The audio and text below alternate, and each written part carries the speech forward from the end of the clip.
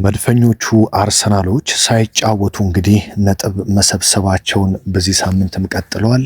እነሱ ሳይጫወቱ እንግዲህ ሌሎች ነጥብ እየጣሉላቸው ዘንድሮ ዋንጫው እንግዲህ አካሄዱ ወደ አርሰናል እየመሰለ ነው። እንግዲህ አሰልጣኝ ፔፕ ጋርዲዮላም ከትላንትናው ነጥብ ከጣሉበት ጨዋታ በኋላ ስለ ዋንጫ ፉክክሩና ስለ አርሰናል አንዳንድ ነገሮችን አንስተዋል። ምንድን ያሉት ስለ አርሰናል የሚለውም ጨምሮ እንግዲህ አርሰናል አሁን በደንብ ተከታታይ ሳምንታት ነጥብ ተጥለውለት በደንብ ፕሪሚየር ሊጉን መምራት ጀምሯል። ስለዚህም ያለፉትን ዓመታት ስህተት ሳይደግም የዘንድሮውን የፕሪሚየር ሊግ ዋንጫ ለደጋፊዎች የሚያመጣበት ጊዜ ይመስለኛል።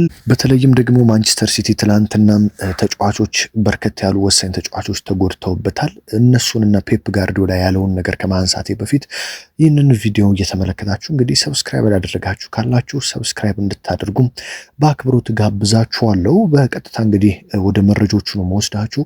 አርሰናል እንግዲህ ባለፈውም ሳምንት በዚህም ሳምንት ትልልቅ የሚባሉ ቡድኖች እንደዚሁም ደግሞ የዋንጫ ተፎካካሪዎች ነጥብ ጥለውለታል። በነገራችን ላይ ባለፈው ሳምንትም ታስታውሱ ከነበረ በፕሪሚየር ሊግ ቶፕ 6 የሚባሉ ቡድኖች በሙሉ ነጥብ ጥለው ነበር። በእንግሊዝ ፕሪሚየር ሊግ ቶፕ 6 የምንላቸው ወይም ትልልቆቹ 6 ቡድኖች ማን ናቸው ካላችሁኝ አርሰናል፣ ሲቲ፣ ዩናይትድ፣ ቶተንሃም፣ ሊቨርፑል እና ቼልሲ ናቸው።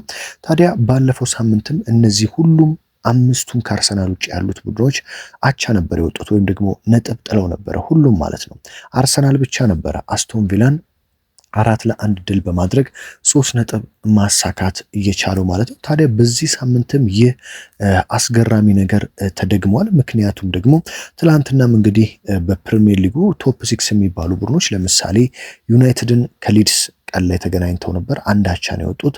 ቶተንሃም ከሰንደርላንድ አንዳቻ ነው የወጡት። ፉልሃም ከሊቨርፑል አንዳቻ ነው የወጡት። ምሽት ላይ ደግሞ በዋንጫ ፉክክሩ ላይ ከፍተኛ የሆነ አሻራን ያደርጋል ተብሎ ሲጠበቅ የነበረውና በማንቸስተር ሲቲና በቼልሲ መካከል ሲደረግ የነበረው ጨዋታም በአንዳቻ ውጤት ነው የተጠናቀቀው። ይህ ጨዋታ እንግዲህ በርካቶች በጉጉት ሲጠብቁት ነበረም። አርሰናል ደጋፊዎችም፣ የሲቲም ደጋፊዎች፣ የሌሎች ቡድኖች ደጋፊዎችም ምክንያቱም ሲቲ ሁለተኛ ነበረም ትላንትና ቢያሸንፍ ኖሮ የነጥብ ልዩነቱን ወደ 4 ማጥበብ ይችል ነበረ። ሲቲ ደግሞ ባለፈው ሳምንትም ወደ ሰንደርላንድ ስቴዲየም ኦፍ ላይት ሄዶ ነጥብ ጥሎ በመምጣቱ ከአርሰናል ጋር ያለው የነጥብ ልዩነት ወደ 4 ሰፍቶ ነበር ማለት ነው። ትላንትና ደግሞ አርሰናል ቦርንማውዝን በአስደናቂ ሁኔታ 3-2 ሲያሸንፍ የነጥብ ልዩነቱ ወደ 7 ሰፍቶ ነበር። ስለዚህ ማንቸስተር ሲቲ ትላንትና ቼልሲን ቢያሸንፍ ኖሮ ነጥቡን በድጋሚ ወደ 4 ለማጥበብ ነበረ የሚጫወተው። ለዚህ ነው እኔ ትላንትና በሰራውላችሁ መረጃ አርሰናል ማድረግ ያለበት ጨዋታዎችን እያሸነፈ መሄድ ብቻ ነው።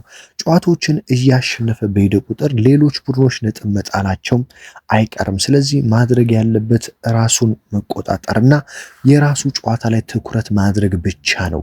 የራሱን የቤት ስራ በሚገባ ከተወጣ ሌሎች ነጥብ መጣላቸው አይቀርም ስለነበረው ለዚህ ነው ማለት ነው። ስለዚህ መድፈኞቹ በዚህ ባለፉት ሳምንታት 7 ተከታታይ ጨዋታ ሲያሸንፉ የራሳቸውን የቤት ስራ በሚገባ ነው የተወጡት። በተለይ በፕሪሚየር ሊጉ ከብራይተን ጀምሮ ኤቨርተንን፣ እንደዚሁም ወልቭስን ብትሉ ከዛም በኋላ አስቶን ቪላን እንደዚሁም ቦርንማውዝን ሲያሸንፉ የራሳቸውን የቤት ስራ በሚገባ መወጣት ስለቻሉ ነው።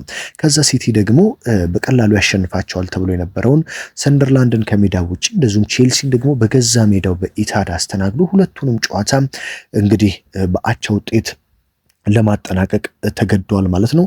አሁን መድፈኞቹ እጅግ ወሳኝ የሚባል ነጥብ ነው እጃቸው የገባው። ምክንያቱም አሁን የሚቀሩት ጨዋታዎች በጣም ወሳኝ ቢሆኑም አብዛኛው ጊዜ ተጠናቋል። በተለይ ለመድፈኞቹ ወሳኝ የሚባሉ ጨዋታዎችን በሚገባ አድርገውና ተጫውተው ነው አብዛኞቹን ከሜዳ ውጭ ያለውን ከባባድ ጨዋታዎችንም አድርገው ነው እዚህ ደረጃ ላይ መገኘት የቻሉት። አሁን ከሲቲ ጋርም በ6 ነው፣ ከአስቶን ቪላም ጋር በ6 ነው። ምክንያቱም አርሰናል 48 ነጥብ አለው። አስቶን ቪላ እና ማንቸስተር ሲቲ ደግሞ 42 ነጥብ አላቸው። አርሰናል 48 ነጥብ አለው።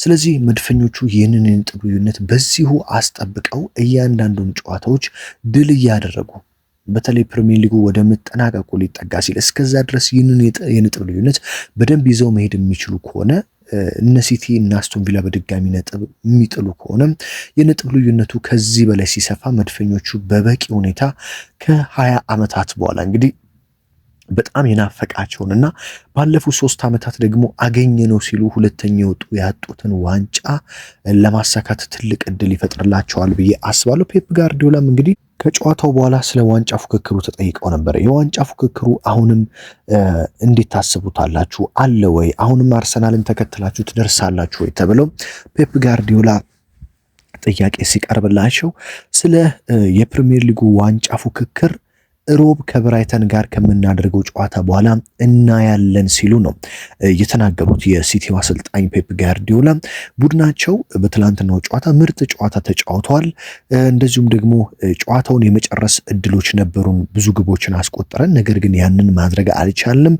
ስለ ሊጉ ዋንጫ ፉክክር ከጠየቃችሁኝ ግን ሮብ ከብራይተን ጨዋታ በኋላ የሚሆነውን አይተን ደረጃ በደረጃ እንነጋገራለን። ስለዚህ ለዋንጫ ፉክክሩ ወሳኙ ጨዋታ ቀጣይ ሮብ የምናደርገው የብራይተኑ ጨዋታ ነው። በዛኛ ነጥብ የምንጥል ከሆነና አርሰናል ደግሞ ሐሙስ ሊቨርፑልን የሚያሸንፍ ከሆነ የዋንጫ ፉክክሩ ወደ ማብቃቱ እየሄደ ይጠጋል ሲሉ አሰልጣኝ ፔፕ ጋርዲዮላ ተናግረዋል። እንደዚሁም ደግሞ ሲቲ ትላንትና አሳዛኙ ነገር ሁለት ወሳኝ የሚባሉ ተጫዋቾች ጉዳት አስተናግደው ወጥተዋል። በተለይ ተከላካዩ ጆስኮ ግቫርዲዮል ያጋጠመው ጉዳት ጥሩ እንደማይመስል ይታያል። እንደዚሁም እሳቸው ፔፕ ጋርዲዮላም የግቫርዲዮል ጉዳት ጥሩ አይመስልም፣ ትንሽ ከባድ ጉዳት ይመስላል ሲሉ ስጋት ላይ እንደጣላቸው የተናገሩ ሲሆን እንደዚሁም ደግሞ ሩበን ዲያዝም ወሳኙ የሲቲ ተከላካይ ተቀይሮ የወጣውም በመጎዳቱ መሆኑን አረጋግጠዋል። ተጫዋቾቹም ነገ ምርመራ እንደሚደረግላቸው እና ምን እንደተፈጠረ እናያለን። ለምን ያህል ጊዜ ከሜዳ ይርቃሉ፣ ጉዳታቸው መጠኑ ምንድነው የሚለውን ዛሬ ምርመራ አድርገን እናውቃለን ሲሉ እንግዲህ አሰልጣኝ ፔፕ ጋርዲዮላ በተለይ የግቫርዲዮል ጉዳት ትንሽ ከበድ ያለ እንደሚሆን ተናግረዋል። እንግዲህ ለሲቲ መጥፎ ነው፣ ምክንያቱም ቀጣይ ከብራይተን ጋር ነው በፕሪሚየር ሊጉ የሚጫወተው። ምንም እንኳን በሜዳው ኢታሃድ ቢሆንምና ብራይተንም ያን ያህል ጥሩ የሚባል አቋም ላይ የሚገኝ ቡድን ባይሆንም እንደ ቫርዲዮል ያሉ እንደዚሁም ሩበን ዲያዝን የመሳሰሉ ተጫዋቾችን የሚያጣ ከሆነ በጣም እየመቸገር እድሉም ሰፊ ይሆናል። አሰልጣኝ ፔፕ ጋርዲዮላም ለዛ ነው አሁን ጉዳት እያስቸገረ ነው፣ ከዚህ ጉዳት ጋር እንዴት በዋንጫው ፉክክር እንደምንቀጥል አላውቅም፣ ነገር ግን በቻልነው አቅም በዋንጫ ፉክክር ውስጥ ለመቆየት እንሞክራለን፣ ነገር ግን የዋንጫው ፉክክር ወሳኙ ጊዜ ደግሞ ቀጣይ ከብራይተን ጋር የምናደርገው ጨዋታ ነው ሲሉ አሰልጣኝ ፔፕ ጋርዲዮላ ተናግረዋል። በነገራችን ላይ ሮብለት ማንቸስተር ሲቲ በኢትሃድ ነው ብራይተንን የሚገጥመው። ከዛ በመቀጠል ነው አርሰናል እሁድ ደግሞ ሐሙስ ማለት ይቅርታ፣ ሮብ ሲቲ ከተጫወተ በኋላ በነጋታው አርሰናል ሐሙስ ምሽት 5 ሰዓት ላይ በኤምሬትስ ሊቨርፑልን የሚገጥመው። ሊቨርፑል እንደምታውቁት ያን ያህል ጥሩ አቋም ላይ የሚገኝ ቡድን አይደለም። በአሁኑ ሰዓት ያለፉትን ተከታታይ ጨዋታዎች አቻን የወጣው ትላንትናም ከፉልሃም ጋር እንግዲህ ጨዋታውን አድርጎ በመጨረሻ ደቂቃ በተቆጠረበት ግብ 2 አቻ ለመውጣት ተገዷል። መድፈኞቹ በአሁኑ ሰዓት እንግዲህ በፕሪሚየር ሊጉ በርካታ ቡድኖችን በከፍተኛ የሆነ የነጥብ ልዩነት እየመሩ ነው የሚገኙት ማለት ነው። በተለምዶ በፕሪሚየር ሊጉ ቶፕ 6 ወይም ደግሞ ትልልቆቹ 6 ቡድኖች ጋር አርሰናል ያለውን የነጥብ ልዩነት ልንገራችሁ። አርሰናል ከሲቲ በ6 ነጥብ ርቆ ፕሪሚየር ሊጉን ይመራል። አርሰናል ከሊቨርፑል በ14 ነጥብ ርቆ ፕሪሚየር ሊጉን ይመራል። ሐሙስ ዕለት አርሰናል ሊቨርፑልን የሚያሸንፍ ከሆነ ከሊቨርፑል ጋር ያለው የነጥብ ልዩነት ወደ 17 መስፋት ይችላል።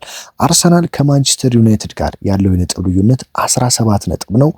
አርሰናል ከምዕራብ ለንደኑ ቼልሲ ጋር ያለው የነጥብ ልዩነት 17 ነው።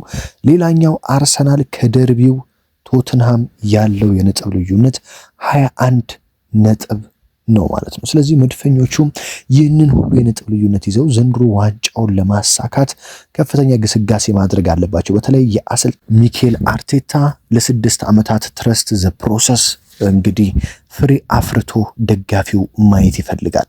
ከ6 ዓመታት በፊት ነው ይሄ ወጣት ስፓኒያርድ አሰልጣኝ ወደ መድፉ ቤት መጥቶ አርሰናልን ተቀላቅሎ አርሰናልን ወደ አስፈሪነት ቡድን እንደሚቀየር ቃል ገብቶ ደጋፊው ጊዜ እንዲሰጠው ጠይቆ ህመሙን ችሎ ከደጋፊው ጋር አብሮ በመሆን የወደቀውን አርሰናል ማንሳት እንደዚሁ ምርጥ ቡድን አድርጎ የዋንጫ ተፎካካሪ እንዲሆን እያንዳንዷን ቀዳዳ በትዕግስት መድፈን እንግዲህ ጀምሮ እንደዚሁም ባለፉት 3 ዓመታት ሁለተኛ ወጥቶ በርካታ የአርሰናል ደጋፊዎች ዋንጫውን መቼ ነው የሚመጣው እያሉ በጉጉት በሚጠብቁበት ጊዜ አሁን የአራተኛው ዓመት እንግዲህ የዋንጫው ጭላንጭል ብርሃኑ መታየት እየጀመረበት ነው።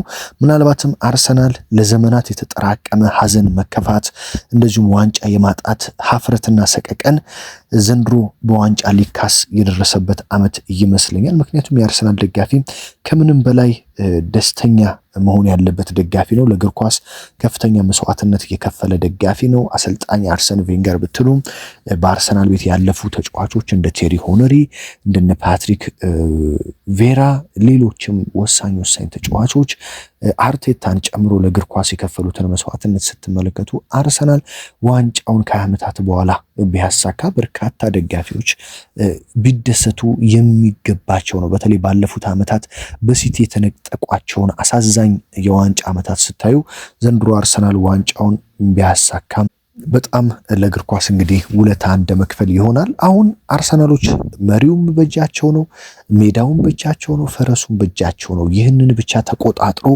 መምራት ነው ከነሱ የሚጠበቀው። ከፊታቸው የሚመጣው ሁሉንም ዜናም ሁሉንም ቡድን ሁሉንም ግጥሚያ እያሸነፉ እያንበረከኩ የራሳቸውን የቤት ስራ እየሰሩ መቀጠል የሚችሉ ከሆነ በፕሪሚየር ሊጉ በአሁኑ ሰዓት ያን ያህል አርሰናልን ለዋንጫ ይፎካከራል ብዬ ማስበው ቡድን የለም። ምክንያቱም እነ ሊቨርፑል እነ ቼልሲ ብትሉ በጣም በነጥብ ልዩነት ሩቅ ላይ ነው የሚገኙት።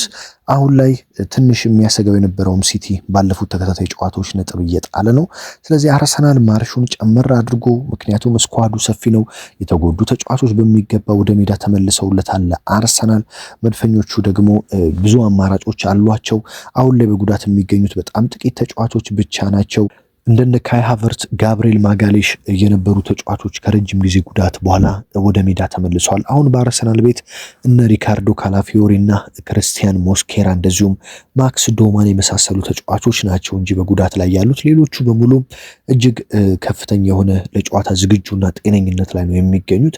ሪካርዶ ካላፊዮሪም ለሊቨርፑል ጨዋታ የመድረስ እድሉ እጅግ ሰፊ እንደሆነ ነው እየተነገረ የሚገኘው። ሳሊባ፣ ጁሪየን ቲምበር፣ ሄንካፔ፣ ራይስ ከጉዳት መልሰው ግልጋሎት እየሰጡ ነው። ማዱኬ፣ ማርቲኔሊ፣ ትሮሳርድ፣ ሳካም፣ ጄሱስ፣ ዮኮሬሽ፣ ሜሪኖ ሁሉም በጥሩ ጤንነት ላይ ጨዋታዎችን ለመወጣት በተጠንቀቅ ነው የሚገኙት። ስለዚህ መድፈኞቹ ተጫዋቾቻቸው በጤነኝነት ላይ ነው የሚገኙት። ስለዚህ ይህንን አድቫንቴጅ በሚገባ በመጠቀም በተለይ ደግሞ ቀጣይ ሐሙስ የሚያደርጉትን የሊቨርፑል ጨዋታ ድል ማድረግ የሚችሉ ከሆነ በጣም ትልቅ መልእክት ነው ለዓለም የሚያስተላልፉት።